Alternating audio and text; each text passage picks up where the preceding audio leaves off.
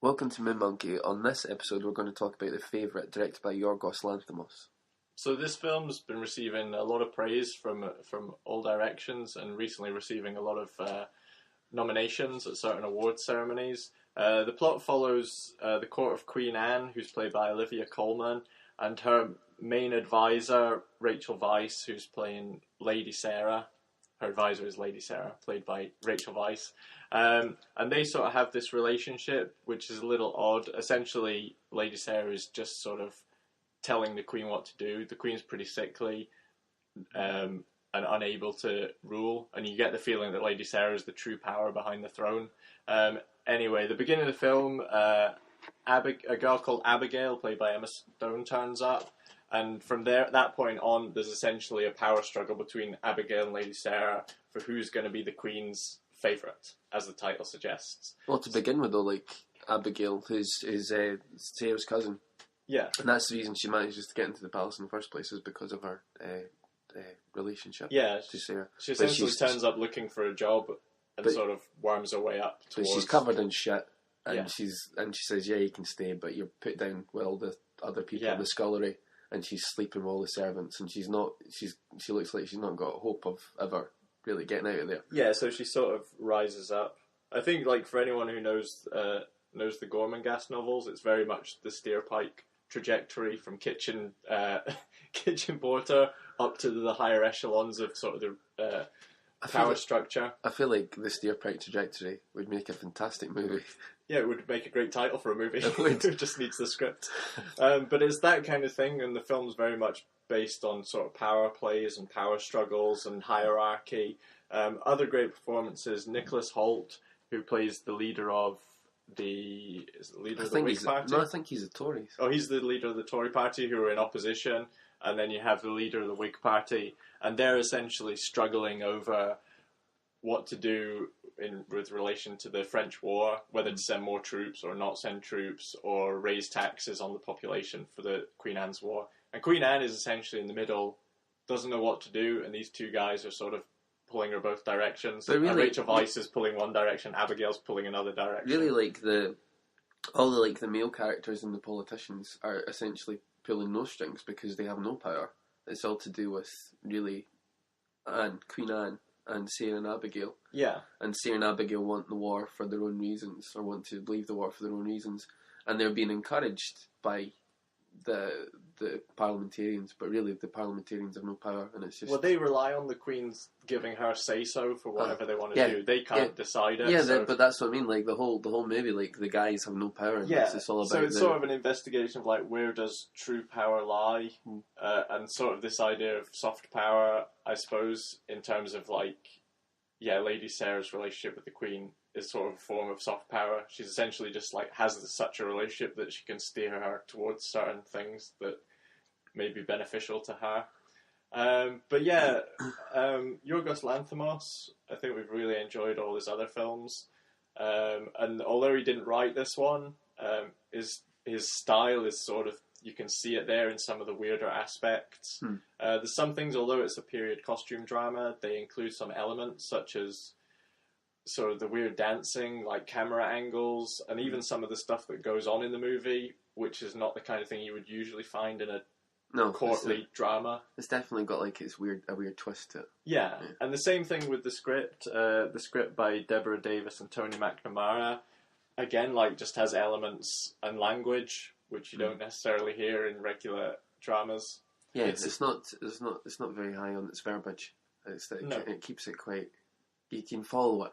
It's easy to follow it. It doesn't go too like costume drama and with like the words being used and things like that. But yeah, it has some sort of like funny lines. Yeah, it's very funny. It's very funny. Yeah. Yeah, it was much more of a comedy than I kind of expected, but it still has like the darker elements that Yorgos Lanthimos is known for. But this is very much like black comedy.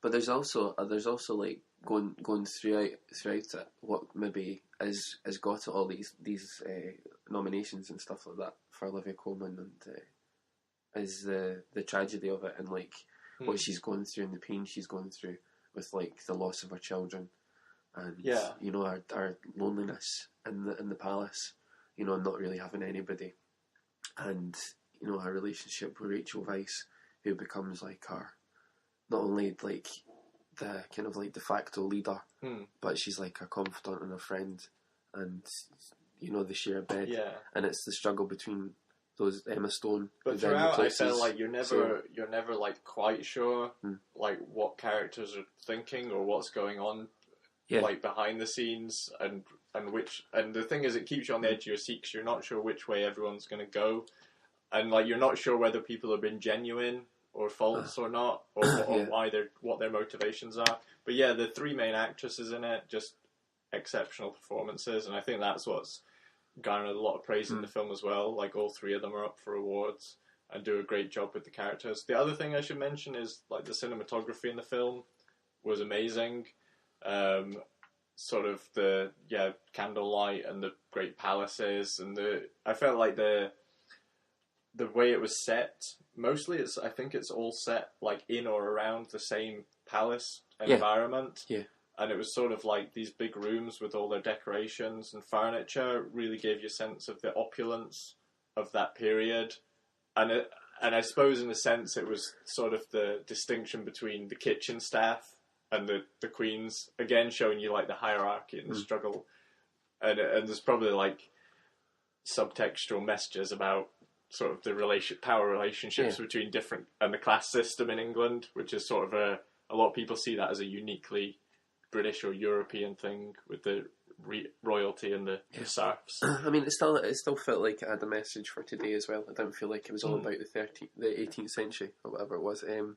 So it still has that too. Like it still has that poignancy.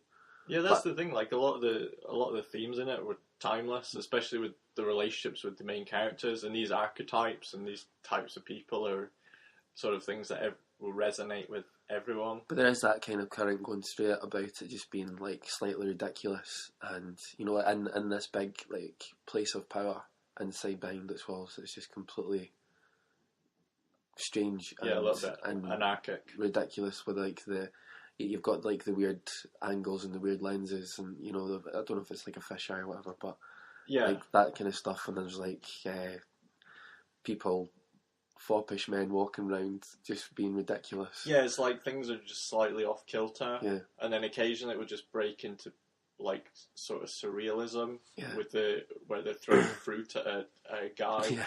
And some scenes, and like I say, with the dance scene, it starts off where you're thinking, oh, we've seen this a million times, and then it just goes into something really weird. So it's like everything is just like that step away from tipping over into madness. So it has that very kind of like Yorgos Lanthimos feel to it, which his other movies have. Yeah, but much more accessible than his other ones, I think, because of the plot and the story is easier to get your head around, and it's easier to understand the themes of the movie. But I feel like the story's fairly easy to follow, but there are those like other layers to it if people want to look into things. Like we noticed a couple of things, and probably like repeat viewings would be rewarded by noticing even more background details. Like there's a thing with people stroking certain objects in the film, which seems to be repeated. And I imagine there's other things which, if you watched it carefully, there's things going on in the background or that characters are doing, which are kind of subconsciously you're taking in as part of the piece. So yeah, that was our review of The Favourite. We'll be back again soon with more reviews.